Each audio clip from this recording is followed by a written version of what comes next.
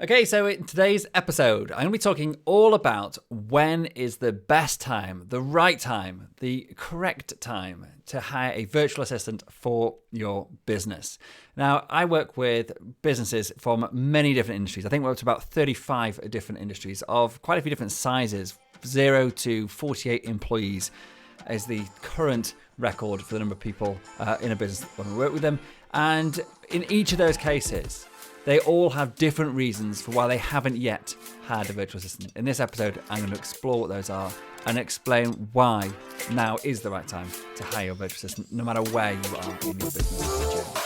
So the question is this: how do entrepreneurs like us, who don't have an endless supply of cash, how do we leverage the best apps, virtual assistants, automation tools, and systems to scale our businesses, increase our profits, and have more time to do what we love to do each day? That is the question, and this podcast will give you the answer. My name's Dr. Steve Day, and this is Systemize Your Success. Okay, so today I really want to explore something that just comes up time and time again. It's one of the most asked about questions in any time I do a live Q&A or a interview. It's always like, when is the right time for a business to hire a virtual assistant? And to me, it is a bit of a strange question, but that's only because of the knowledge I now have. Now, I started out my businesses, I didn't hire a virtual assistant for nearly 2 decades. So, of course, I was also in that camp of either not knowing what one was or how I would find one or even being aware they existed. And then I became an absolute advocate of using virtual assistants and remote workers from all over the world. And so what changed and what have I learned from that transition, and also from coaching hundreds of business owners about working with virtual assistants as part of their business systemization journey? Because we focus on systems, but part of that is about knowing who the best person to get that work done is, whether it's the actual creating of and the documenting of the systems or actually the doing of the work itself. That's where I believe virtual assistants can play a huge role in any business. But virtual assistants aren't just about doing things like that.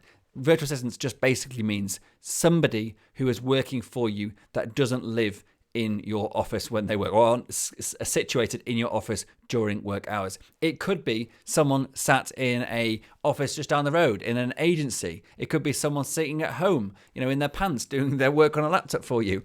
It could be someone sat, as in many of our employees are, on the other side of the world. So we have staff in the Philippines, in South Africa, in Pakistan. I've worked with people in Eastern Europe before, in South America, in Finland. I live in Sweden. My PA is in the UK. So I am truly a global team, a global company.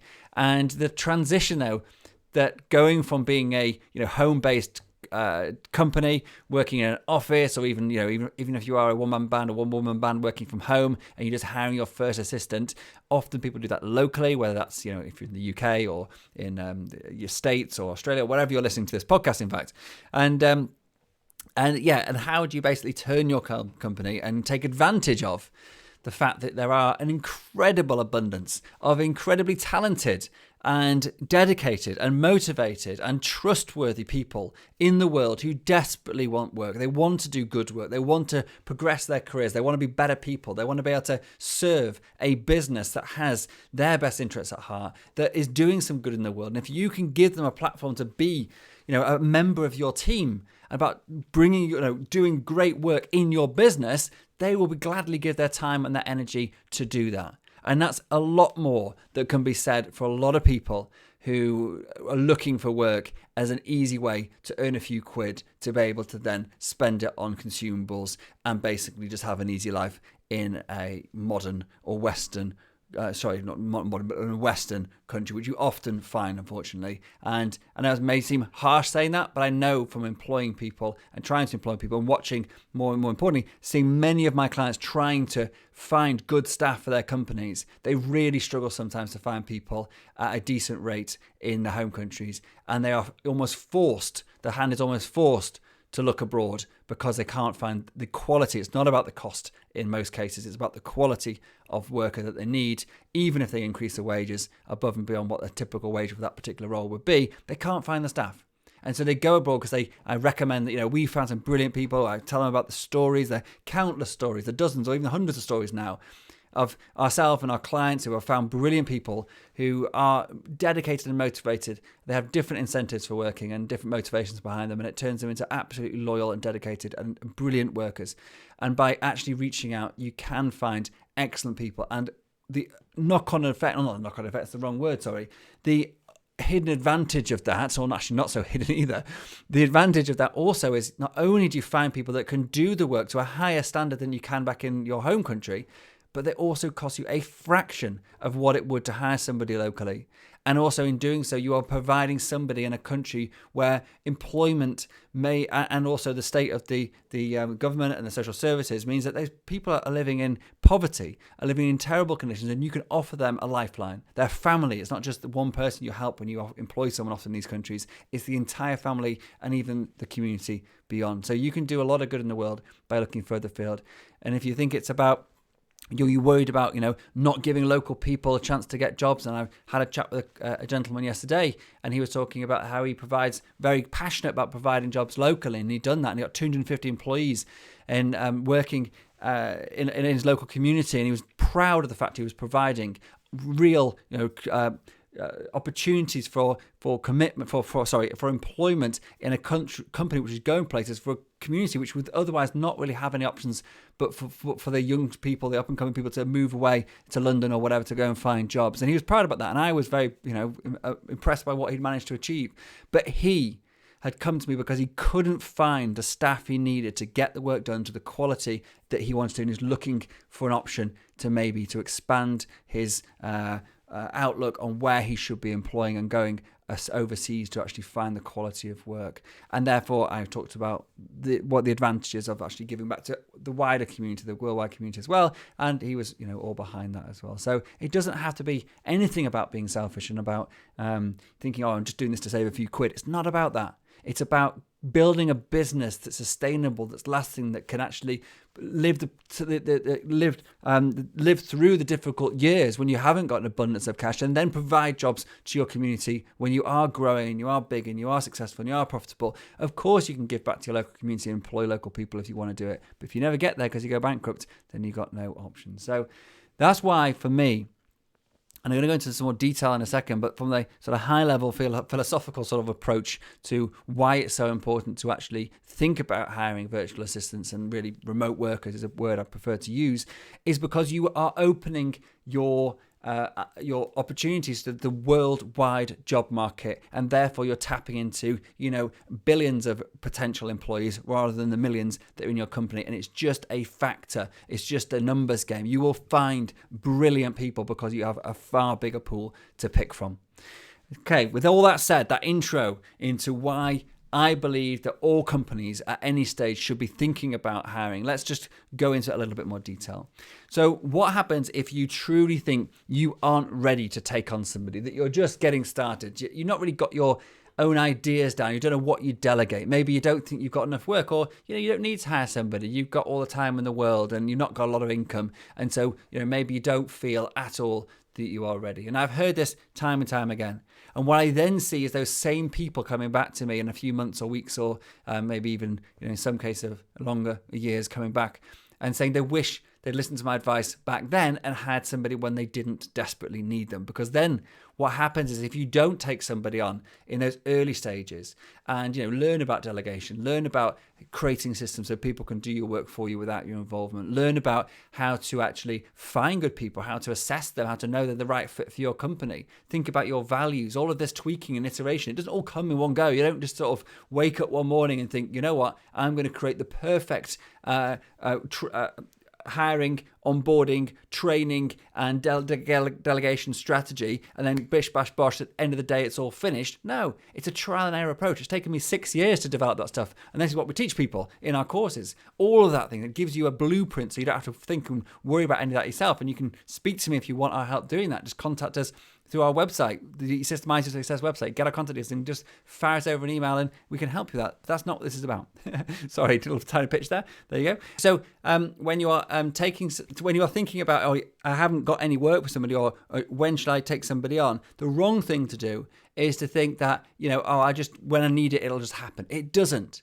It all takes iterative improvement. And so start that process when you've got some headspace, some time, you've got some energy, you don't desperately need somebody, it's not mission critical work you need to offload, it's like just the day-to-day, the boring, the mundane stuff, the research, the stuff you're basically just spending time doing. Because if you can start that process of learning how to find the right people and sacking a few people along the way and making your mistakes and people leaving you because you're a terrible manager and you don't delegate properly, or you don't give them any work for the first 3 weeks because you never got round to it, and you learn the hard way by making these mistakes. But by making those mistakes, you also learn. And then when you do need somebody, you're ready. You've got your systems in place. You've got your onboarding strategy. You know what apps you're going to use. You know how you delegate effectively. You know how you document tasks and create systems and get other people to do your work for you without your involvement, because you've done it 100 times before when you didn't need it, when it wasn't stressful. Because the worst thing you can do is bring somebody into your company, your first employee, or whether you've got a team or maybe you've got an existing local team and you're hiring your first remote worker. The worst thing you can do is to bring that person in and then give them something mission critical to do and then them to fail. It's then cause you a lot of stress. You reflect that stress back on them, ruins the relationship, and trust, and that person ends up leaving or you end up sacking them. That's the worst thing you can do. The best thing you can do, as I said, is make all your mistakes when it's not so important. So when you bring that person in, you're confident about how you delegate, and therefore you know that if they do a bad job, it's more on them than you. If they do a good job, then obviously that's what you're hoping for anyway.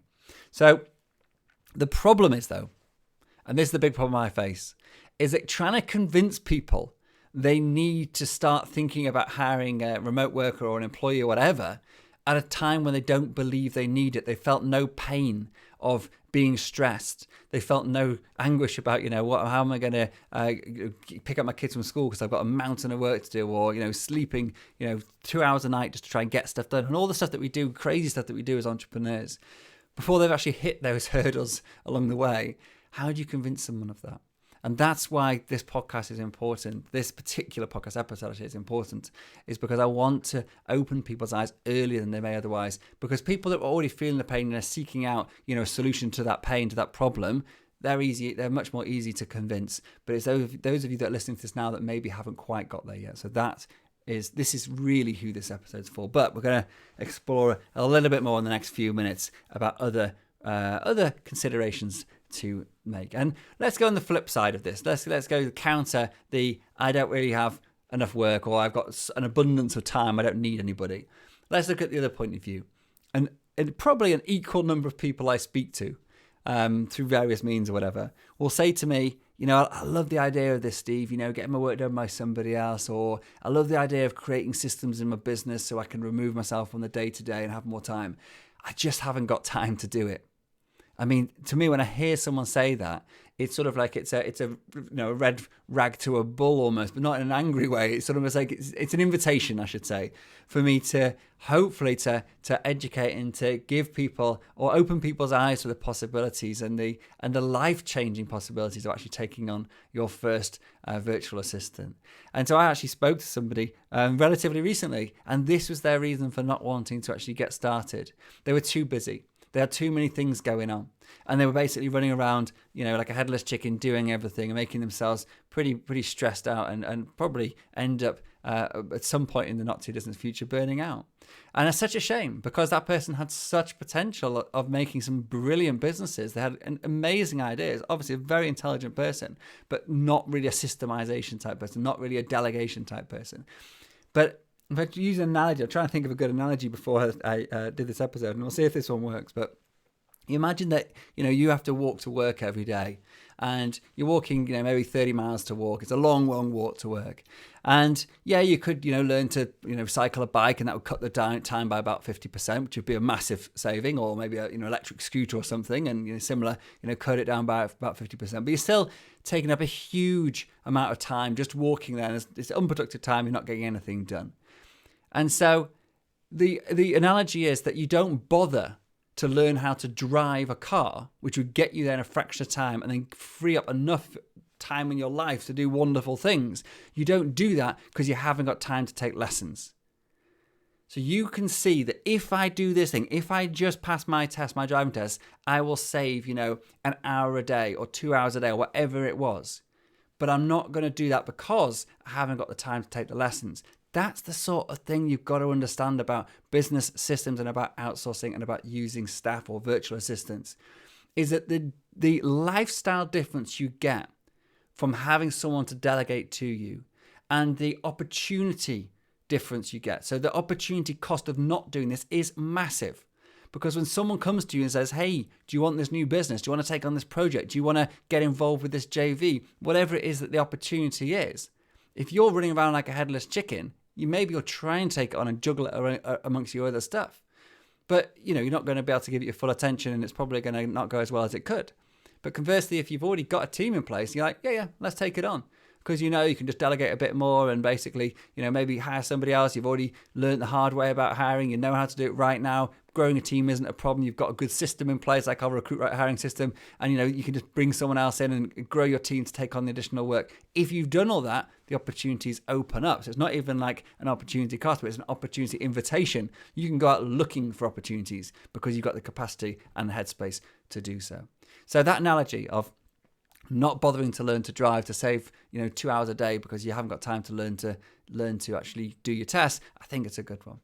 And let's look at another objection or barrier that people often have. And I've touched on this, like it's not actually super easy to do this. It's not like, oh, you're just going to turn up tomorrow and everything's going to work swimmingly. The first person you ever employ is going to be the last person that leaves your company, and every time you delegate a task, it's going to be done perfectly. That's not the reality. If you follow someone's lead and you get help, it can be quicker. But either way, you're going to make a lot of mistakes on the way. So one of the fears and one of the things that really stops people from actually taking that leap is just that lack of knowledge, that lack of understanding of how do I do this? How do I actually go ahead and actually find somebody? So the big barrier often is I just don't know how to do it. And like with most things, like when you start doing anything new, you're just going to suck. Like it's going to be pretty pants. You're going to be rubbish at it. And so you have to be prepared that you're going to make some mistakes along the way. And so just simply not knowing how shouldn't be a reason why you don't give it a go. And, as I said, there's loads of resources, like go through this podcast. You'll find out how you actually hire a virtual assistant and what you do with them when they arrive and how you know what tasks you need to outsource. It's all in here.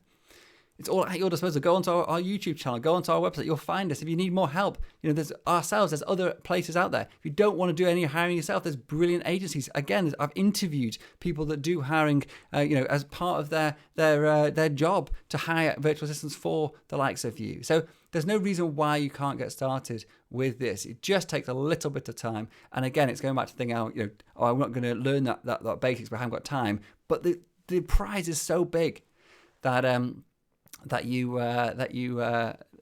got to just basically dedicate a few hours to actually getting over the line. And I think I think a good way, I don't know if this analogy works, I'm going to try it anyway, but there's this idea I had, and going back to this idea of, learning to drive a car. Like, you don't often own a car when you learn how to drive one.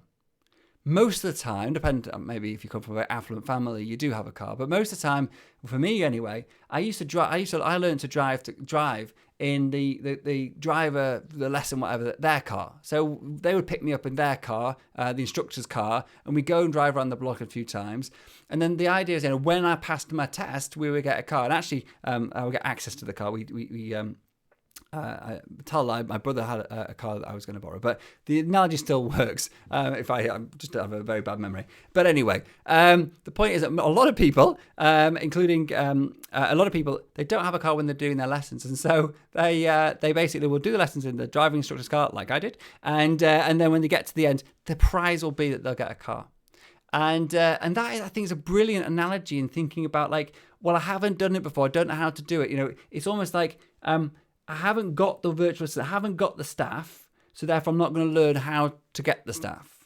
And again, it's such a shame because it isn't that difficult. It just takes a bit of commitment to get there, to set up the right apps so when they come on board, you can work effectively with them. And then when you've got somebody, it's a bit like, you get your driving test or you get your passing test, you find that first person And then that's when the learning starts. That's when you really learn how to drive. Is when you actually, you get on the road in front of the wheel for the first time with nobody sat in the car with you, and you're thinking, oh my God, like what could possibly go wrong now? Everything. Everything could go wrong. But because you have, excuse the pun, your eyes on the road, and you're basically concentrating, you've got 1,000 things to think about, but you seem to just get from A to B most of the time without crashing into too many things. And that's the idea, But do you stall at the lights sometimes? Of course you do. Do you, clip the wall as you're reversing out of the dentist like I did once and knock the wall down? Of course you do. Do you park into a post in the car park? Yeah, of course you do. You do all these things, but it doesn't stop you from driving, and it doesn't stop you from one day becoming a competent, safe driver. And it's the same with this. You're going to fail so many times. So not getting started now, I don't think should be an excuse why not to. Another big reason that people don't take on an assistant, especially in the early days, is they think they haven't got enough work for somebody. They think that, I don't have 20 hours or 40 hours work every week for somebody, so there's no point in me taking somebody on. But if you're doing the work of 1.5 people or even 2 people, so you're doing, 60 hours or 80 hours of work a week, there is a real point to you offloading some of that.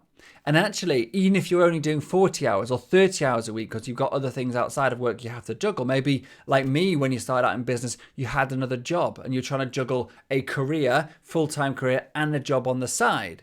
So if you're doing those 2 things, maybe you don't feel you have enough work in the one business to warrant taking somebody on. There's lots of reasons why you can think that you don't have enough work, but the reality is that, let's just say you're only working 20 hours a week in your business, and the rest of the time you actually, you're just doing other stuff.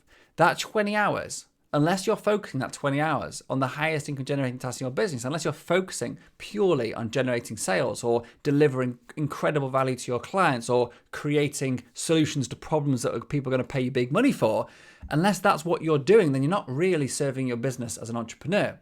You're instead probably doing a lot of admin. You're probably doing all the stuff that actually you really shouldn't be doing, but you think you're busy. And people do the expression, you're a busy fool, as in like literally you're running around like a headless chicken thinking you're being really productive when actually all you're doing is being busy, and you're actually not taking your business forward and growing your business because you're literally just running around, fingers in every pie, trying to spin every plate, all those cliche phrases you can think of, but they all really resonate with me because I used to be, in another cliche phrase, running around like a headless chicken, just basically trying to be everyone to trying to be everything to everyone and really getting nowhere fast in the process. And so, God, there's a lot of cliche phrases in that last few sentences. But the point is this, that it doesn't matter how little work you've got, unless you are only focusing on your highest income generating tasks, you are at the moment you should be hiring somebody. And now we need to get over the barrier of what if you've only got 1 hour a week? How do you actually find somebody to help you with that? And somebody reliable, somebody who's going to stick around, somebody who's going to actually,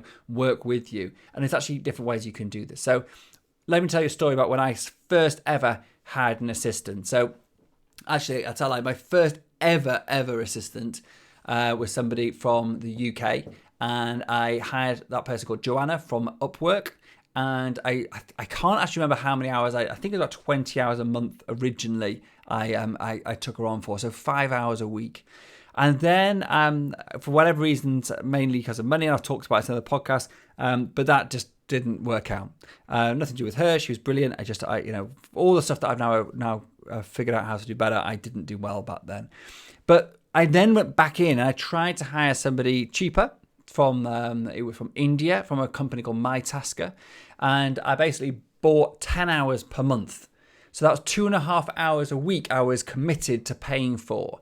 And even then I struggled to actually find enough work to fill 2.5 hours a week sometimes. So sometimes my hours would just disappear because I wouldn't pay for them. So whenever you're using an agency, it's typically the case. You pay for a monthly allowance, and for that you then get a bit of a discount because you're sort of committing to a subscription. And then if you don't use it, it sort of disappears. But that was 2.5 hours a week, and I still sort of couldn't find enough work, but I still did it. And that's the key. I did it. And that made the difference because I learned how to do it. I learned how not to do it. I learned when I gave stuff, delegated task out one way, I didn't get the results I wanted. When I did it another way, I did get the results I wanted. And slowly over time, I refined those processes, and I've, in the end, created an entire business about teaching other people how to do that effectively on scale, and starting from, 0 all the way up to if you've got, 50 or 100 employees. And that, that's what I do every day of my life now, and I absolutely love it. But it started out with me being a busy fool, getting some help, having a go, failing badly, failing forward, as they say, kept on failing, and finally, iteratively, I got it better to a point where actually I was getting my work done to a high standard without my involvement and at a price I could actually afford. So that's one way to do it.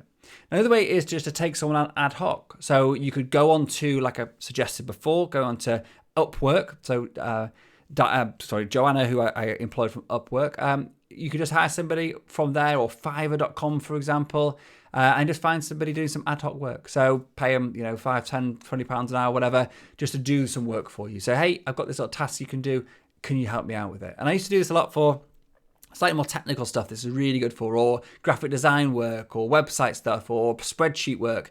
So I'll tell you a more recent, I've got stories about this in the past, but a very recent story, one of our clients. So we're on a coaching call with one of my clients, and she was explaining this process that she went through about generating, she's in service accommodation, and she was generating the reports for the landlords that she rents the properties from, and then she rents them back out, rent to rent it's called. And she was generating the reports every single month for the landlords. And this was taking her like quite a long time, a couple of hours to do. It was like click, click, click, click, all over the show, like copy and pasting all this stuff, blah, blah, blah, all in spreadsheets, real sort of messy process. And she was asking me to help her systemize it so she could get someone else to do it. And I was like, yeah, of course I can help you do that. There's no problem at all. And we can get this off your plate, I'll get this done today. This is what we do for a living. But have you thought about just hiring somebody to write you some code to do that entire process for you? And so she was like, what? You can do that? And it was like, yeah. So it's basically, I said, look, just go onto Fiverr, post a video of you doing this job, and say, look, can anybody create a macro, it's called, a little computer program, to do all of these clunky tasks for me at the click of a button? And $100 later, and a couple of days of toing and froing, and she had this program written for her that will work, it just plugs into a spreadsheet. It's not like a fancy program, and it's got a macro, and it basically just does all that work for her in a click of a button, an instant. And so she doesn't have to design a system. She doesn't have to, create or pay someone a wage, or worry about, all the rest of it, the delegation and training, all that for that particular task, because it's literally just a machine. So that's an example of she doesn't need a programmer full time. She's got one ad hoc task, so she just, I use it as an example, but I've done the same thing for, hey, can you design me a logo? My logo for my company cost me $5 off $10, sorry, I think, off Fiverr.com. And it just stuck. And it's, you don't have to pay a fortune for stuff. I didn't hire a graphic designer to do that. At the time, I had no money and didn't want to waste any more on graphic design and stuff that I needed to. I will probably revamp that at some point, but it's stuck for 6 years now. So best $10 I ever spent. So there's lots of things you can get done on an ad hoc basis like that. You've also got the option to hire someone part-time. So taking someone on just for 5 hours a week, or 5 hours a month even, just to have a discussion with them. What is it that they want? Do they want to work full time? Do they want to actually work just a few hours, and just negotiate with them? People always are a bit worried about, is it okay if I just offer this many hours? Is it okay if I don't give them regular work? Is it okay if I don't know how many hours I'm going to give them? The answer is, of course it is, as long as you just tell them. This is a human being you're employing to help you do some work. So just say to them, I don't know how many hours I'm going to give you. Is that okay? And they can either turn around and say yes, or they can turn around and say no. The worst thing you can do, and what I've seen, and I hold my hands up, I have done this myself wrong in the past, and I see it time and time again now, is that people overcommit. And they say, I'm going to give you 20 hours, I'm going to give you 40 hours, I need 3 virtual assistants right away, bang. Again, mistake number 3 that I talked about a while ago is never hire more than one virtual assistant at the same time, especially, in the early days, definitely. Anyway, we digress. But the point is that just coming up with 40 hours worth of work to give to somebody off the, from nowhere is really, really hard. Even 20 hours will stretch you if you've got no systems in place. When you've got systems to delegate and manage people, it's easy. I have a team of 5 people right now. They all work. So what's that? 200 hours a week? No problem. I could hire 5 more and fill their days. And probably will do very shortly. But the point is that, when you've got systems and you've got work and you generate income, it's easy to grow. When you're starting out and you're just basically it's all in your head, you've got to delegate stuff. So start small, start slow, and then build up, and just accept that in 6 months, now you may have 5 hours a week. In 6 months' time, you probably have 40. In 12 months' time, you probably have 200. If you take it slow. If you try to do too much, it just becomes overwhelming. And then, and lastly, there's a point about this. It's a bit of a tangent, but I put it down on my notes because it's such an important point. It was brought up in a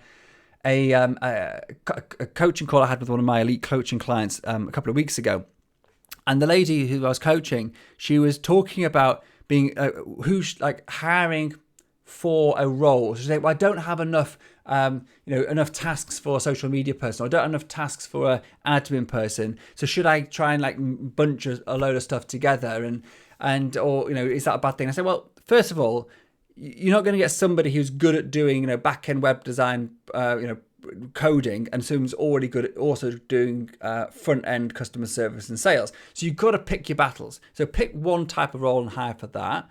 But then the discussion was about, I don't have enough work in that sort of project. And I was like, stop thinking at this stage in your business about hiring for specific roles so much, about specific projects, and thinking, that this project will end. So I'm going to actually rewind and just explain this a bit better, because I think this will I can explain this better. If, for example, you had a project where you wanted somebody to do a chunk of work, maybe you were saying, I want to get someone to write up some operation manuals. I've got about 50 to do. It's going to be about 2 weeks' work. In my opinion, it's wrong for you to say, I just need someone for 2 weeks. Are you available for 2 weeks? Because if that person comes in and you think they're brilliant, you will want to keep them. Now, because you will want to keep them if they come in, you're actually not hiring for a 2-week project. You're saying the first piece of work my new staff member will do is this piece of work for 2 weeks. If they aren't any good, I won't be keeping them on. It doesn't matter. This is not about hiring for a project. It's about hiring a person. Because if they are brilliant, you will find work for them, because brilliant people are hard to find. So the work you're going to put into doing the hiring process is the hard bit. Once you find that person, they do this little task, this little project for you. So a finite project, you think, I haven't got any work going forward. So back to the point of this, I haven't got enough work. I haven't got enough work from going forward. But if they're brilliant, you'll find work for them. So I would never hire somebody on a very short-term project unless, like in my examples previously, you're designing a bit of code, you're creating a logo. These are very, very start and end projects, and you probably don't need a full-time graphic designer right now, or a part-time graphic designer either, but I still keep them on my books to still have an open-ended contract. I wouldn't say there's a definite end date. I would say, depending on the way you're going to pay this person, if it's for a graphic design, you might pay them for a logo. But in this example I'm saying before, is that if you're doing admin work for you for a couple of weeks, just take them on. And then just if they're no good, let them go. Simple as that. Don't overthink it. All right, going to crack on. So next point I wanted to talk about today was not having enough money. So people say I haven't got enough money to take on an assistant, and that is just nonsense. I'm sorry. Okay, some people who literally have just started in business, they've got debts to their eyeballs, they're just having to graft just to, make rent, they're struggling to put food on the table. Of course, there's people that struggle. I'm not saying that doesn't happen in the world. I'm not naive, I'm not stupid like that. And that's not what I'm saying. But what I'm saying is, if you are in business and your business has got any turnover whatsoever, and you have clothes to wear, and you're going out, even if you're going out for a coffee once a week, or you're going to the pub, one night a week, or you're going out, just quit couple of things and realize that if you are running around like a headless chicken, back to what we were talking about before about, having too much on your plate. If you're running around like a headless chicken, then it means you're not focusing on the things that will make you money. Therefore, the opportunity cost of you not actually focusing on those things are huge. Because if you know in your business, that your business has the potential to make 10,000 a month, even if you could just focus on one thing, like focus on sales, you could make 10,000. If you keep on saying to somebody, in the back or in your mind, telling yourself, oh, if I could just delegate a bit more time to sales, this company will be successful. If you truly believe that, then every minute you don't allow yourself to spend all your time focusing on those specific tasks in your business, you are costing yourself that amount of money per month, because you know it's possible. And you're choosing not to do the work needed to make it a reality. And the reason you kid yourself to say that, oh yeah, but I'm just too busy, I've just got to do this, is because you believe it's too expensive to get help. But our starting wage for people that work for our company, these are good people with degrees, people with years of experience working in customer service, in admin roles, people who come with skills, they bring skills to the company. These people typically cost around $3.50, $4 an hour starting, and we pay well. So that's the sort of level you're talking about to start getting help. And 1 hour a week, adds up over the course of a working year to more than a week's worth of work. 1 hour a week, 52 weeks in a year, just do the math. More than 40 hours of work. So if you can just pay for 1 hour of someone's time at $3 or $4 an hour, then that will free up a whole week of your time over the year. And if you just had one entire week to focus on making sales in your business today, could you make more than $3 or $4 an hour a week, I should say?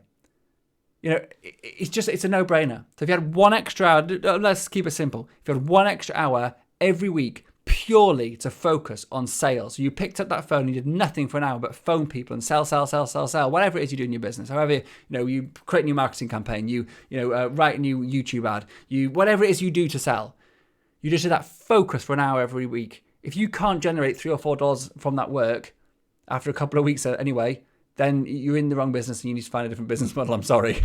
So money should not be an object, because as soon as you free time, you'll then be able to make more money, and therefore it should be a profitable venture. When you hire people, it should make you richer.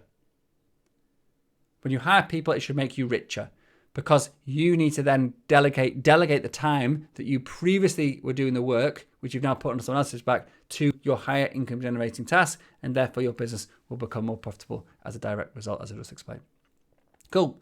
So lastly, I want to just touch on one area, which is about already having an established team. So if you already have a team, then we're not talking here about when should you hire your first assistant and your first employee, because obviously you've got a team. But should you consider hiring a virtual assistant, a remote worker, if you already have an established team and things are actually going all right for you, and you're still making profit and nothing's really broken, there's not many major pains in your HR and your staffing?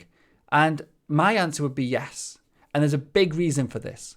So if you've got a fully systemized business that you don't need to be involved with day to day, you have an operation manual for everything that you do in your business with nicely mapped out processes and video guides, all the rest of it, and it's all polished and beautiful, and you're scaling your company, well, maybe this isn't going to be relevant to you. But for most of us, even myself who does this for a living, I could say there's still room for improvement. There's a lot of areas of my business that I haven't even got into yet, because businesses change every single year. And the more you grow, the bigger you get, the more challenges you face and the bigger problems you have to solve. And therefore you continually create new systems and refine and improve your old ones. So I'd say that I don't care where you're at in business, this still stands. If you are taking away your core members of staff, your highest value players in your team, so to speak, the people that have been in your company longest and all the work for you and do the work every day, that are the experts in what they do each day, if those are the people that you're getting to try to create your systems, document tasks, write checklists, all the other stuff that you need to create systems, if you're getting those people to do it, then you're costing your business a huge amount of money in terms of opportunity cost. Back to the same analogy I talked about before with regards to when you have opportunity costs, when you do work that's below your pay grade, so to speak, that's in the lower value brackets, rather than doing your highest value, highest income generating tasks. If your employees are doing the same, it's costing you money in lost opportunity. You need to do the opposite. You need to free your staff up from lower value tasks, to elevate them into a position where they're making your company more money, to make them more valuable. So you want to pay them more because they're actually creating more value and generating more income for your business. And the way to do that is to start by thinking about, how do I make the process of systemization and therefore improve the ease of delegation to other people? So systems improve delegation. So how do I speed up the process of systemization to allow my staff to delegate down and elevate themselves up, and do that without it taking them away from their work? The way you do that is to hire assistants. You hire people that are not currently required to do the operational side of your business, and therefore they are superfluous. I can't say that word. They aren't necessary. They aren't needed in your business. They're extra, and therefore you can use them for whatever you want because they're not needed. So what we do in these roles is we get someone to come in, we train them up to be a systems creator, and then we get them to help create the systems for all of the positions of your existing staff without it burdening the existing staff. And then once you've got those systems, that actually you can then hire new assistants, paid lower because they worked in lower wage communities or your low wage societies, and therefore you can pay them lower, but they get a really good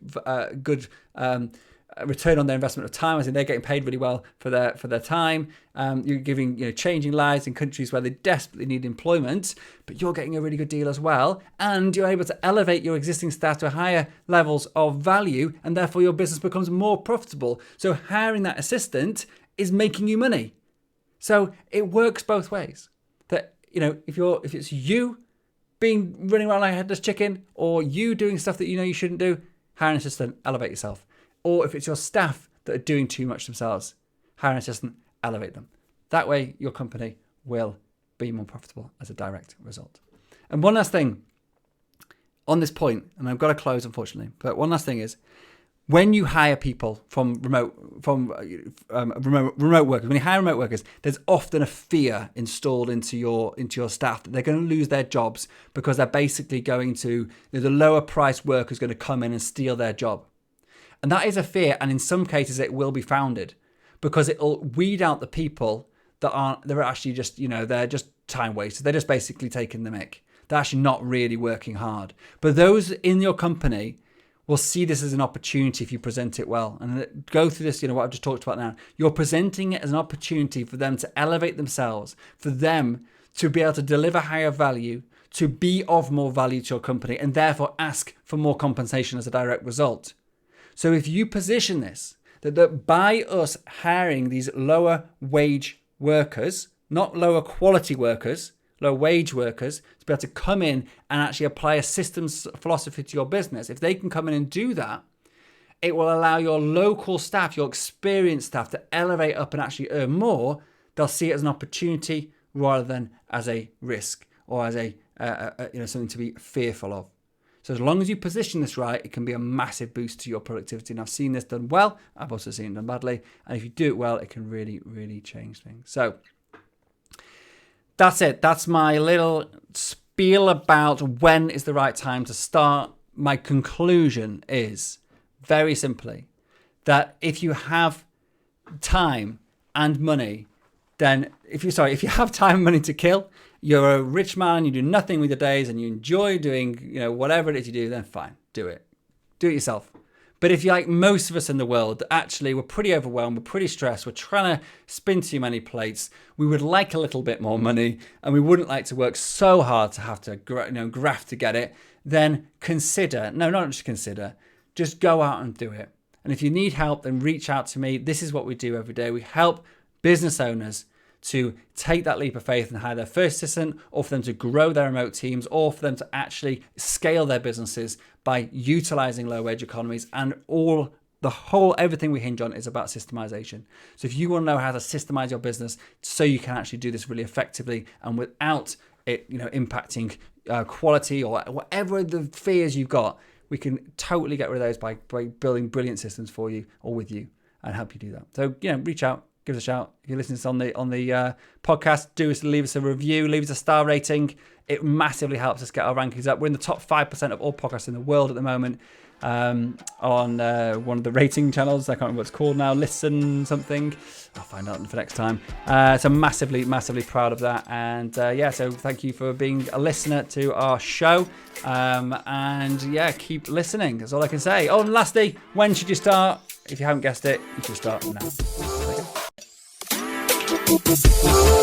Thank you so much for joining me and listening to this episode. I'm well aware there are hundreds of great business podcasts out there, and you chose to listen to this one, and for that, I am truly grateful. Hopefully what you heard today took you one step closer to building a successful business, so you can share your passion with the world and serve an ever-growing number of people. If you got value out of today's episode, then so will someone else you know. By sharing with others what has helped you along your way, you will grow your influence and be the guy or girl that everybody wants to know. So please hit the share button right now, and also remember to subscribe to this podcast so you don't miss future episodes. It's impossible for me to cover absolutely everything in these podcasts, so please do head over to systemizeyoursuccess.com right now and download the show notes, transcriptions, and some of my best frameworks and systems for free. Thanks again for tuning in and being a part of this amazing community. Until next time, this is Dr. Steve Day, and you've been listening to Systemize Your Success.